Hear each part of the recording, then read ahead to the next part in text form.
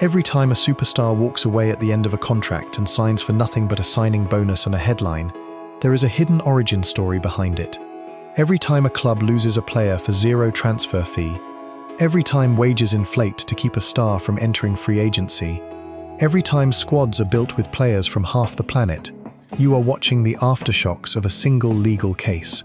It did not come from a billionaire owner or a league commissioner or a visionary executive. It came from an ordinary Belgian midfielder who tried to change clubs and was told he was not allowed to leave. His name was Jean-Marc Bosman, and what happened to him in the 1990s quietly rewrote the entire economy of modern football. A system built on ownership, not employment. To understand the scale of what Bosman triggered, you have to understand how football used to work. Before the mid-1990s, a football contract did not really mean freedom when it ended. Even if a player's contract expired, he was still effectively tied to his club. The club retained his registration, which meant he could not simply walk away and sign elsewhere. Another club could only sign him if they agreed a transfer fee with his current employer, even though that employer no longer had a contract binding the player. So the paradox was simple but brutal. You could be out of contract, unpaid, unwanted, and still trapped. Layered on top of that was another restriction. European leagues imposed quotas on foreign players. Teams were limited in how many non-national or non-EU players they could field. This created artificial borders inside football, where talent was legally rationed by passport. The result was a labour market that behaved less like employment and more like ownership. Players were assets with legs. Clubs controlled movement. Contracts controlled behaviour, even after expiration. And the idea of free agency, which had already transformed American sports, simply did not exist in European football. That was the world Bosman walked into. The player who was told no, Bosman was not a superstar. He was a solid professional midfielder in Belgium, the kind of player who lives between headlines, good enough to matter, not famous enough to be protected. In 1990, his contract with his Belgian club was ending. A French club showed interest. It was not a glamorous move, not a life-changing destination in footballing terms, just a reasonable step forward in a modest career. But when negotiations began, everything collapsed. His current club lowered his wage offer significantly. Then, even though his contract had expired, they demanded a transfer fee so high that the French club walked away. The logic was simple from the club's perspective. If they could not profit from him as a player, they would profit from him as an asset, even at the cost of blocking his move entirely. So, Bosman found himself in a surreal position. He was not wanted enough to be kept on fair terms, but he was still owned enough to be blocked from leaving. He could not stay, he could not go, and his career was effectively frozen by a system that treated him as property.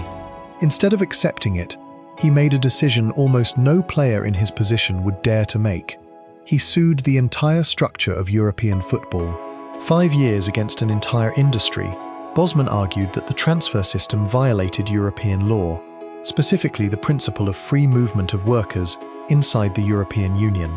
If workers could move freely between jobs in other industries, why were footballers treated differently once their contracts ended? It was not a small claim. It was a direct attack on the financial foundation of the sport. Football authorities resisted fiercely. Clubs, leagues, and federations defended the transfer system as essential for competitive balance and financial stability. The case dragged on for 5 years. For Bosman, those years were not neutral. They were the most valuable years of a footballer's career, years where peak earnings and peak athletic value overlap. He was effectively sidelined from top-level football during the legal battle. His reputation faded. His opportunities dried up.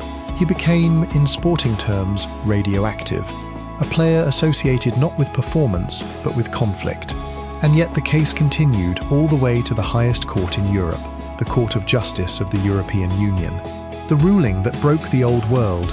In December 1995, the court delivered its judgment. It was not a narrow decision, it was a structural demolition.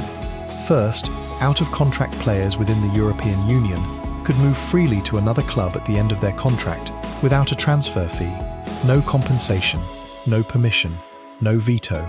The contract meant exactly what it said. It ended. Second, Quotas restricting the number of EU players in domestic leagues were illegal under EU law. Clubs could no longer limit lineups based on nationality inside the union. In a single moment, two pillars of the old system collapsed. Football had spent decades built on controlled movement and controlled scarcity. Now both were legally dismantled. The ruling did not just tweak the market, it rewired it. The explosion of player power. The immediate effect was subtle in appearance but massive in consequence. Leverage shifted. If a club knew a player could leave for free at the end of his contract, that contract suddenly became a countdown timer. Every year left on it had value that decayed over time. The closer a player got to expiration, the more dangerous he became to his employer. So clubs adapted in predictable ways. They began offering longer contracts to lock players down earlier. They introduced massive signing bonuses to secure early renewals. They increased wages dramatically for stars approaching free agency, because losing them for nothing was financially unacceptable. In other words, the threat of leaving became worth money, and often more money than the transfer fee itself ever had been. Free agency, once unthinkable in European football, became one of the most powerful mechanisms in the sport. Some of the most famous transfers in modern football history involve players moving at the end of contracts, with the fee shifted into salaries, bonuses, and agent payments instead. The transfer fee did not disappear, but it stopped being the only currency that mattered. The rise of the global squad, the second effect, the removal of nationality quotas, changed the geometry of football itself. Before Bosman, squads were partially shaped by passport. After Bosman, they were shaped almost entirely by money and scouting networks. Rich leagues, especially England's top division, suddenly had access to a global labour pool without legal restriction on EU talent. Clubs could field lineups filled entirely with foreign players if they chose. The idea of a domestic core slowly eroded. This accelerated the rise of leagues that could pay the most. The Premier League, fueled by broadcasting growth and commercial expansion, became a gravitational centre. Talent flowed toward it, not because of tradition or geography, but because the market was no longer artificially segmented. Smaller leagues, meanwhile, began to function increasingly as development systems. They trained players not just for their own competitions, but for export. Academies shifted focus toward identifying and selling talent earlier, because holding on to players long-term became harder in a world where contracts had clear financial escape points. Football became more global, more fluid, and more unequal at the top end. The agent economy and the contract arms race. Another industry quietly born from the Bosman ruling was modern football representation.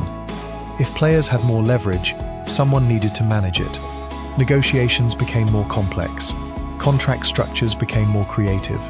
Free transfers became opportunities for massive individual deals rather than simple club-to-club exchanges. Modern football's financial sophistication, complex bonuses, clauses, image rights, structured wages, all trace back to this new balance of power. The human cost behind the system, revolutions have personal aftermaths, and Bosman's story is the uncomfortable part of the modern game. While the ruling enriched players and clubs across Europe, Bosman himself did not benefit. His career never recovered in the way one might expect from the man who changed the system. Years spent in legal battles had already drained his playing prime. Financial instability followed, emotional strain followed, and despite being the catalyst for billions in new wages and transfer structures, he did not become part of that wealth. He was supported at times by player unions and goodwill gestures from within the sport, but there was no windfall, no symbolic reward equal to the scale of the change he triggered. In a sense, he became a paradox, the most important figure in modern football economics, who never participated in its prosperity. The invisible foundation of today's game, modern football, often presents itself as a spectacle of stars, clubs, and rivalries. But beneath it is a labour market that behaves according to rules rewritten in the mid-1990s. So the next time a superstar runs down his deal and walks away for free, or a club pays astronomical wages to stop a player entering his final year, you are not just watching modern football, you are watching the long shadow of a Belgian midfielder who insisted that his career belonged to him, a man who won his case, and lost almost everything else. Like, subscribe.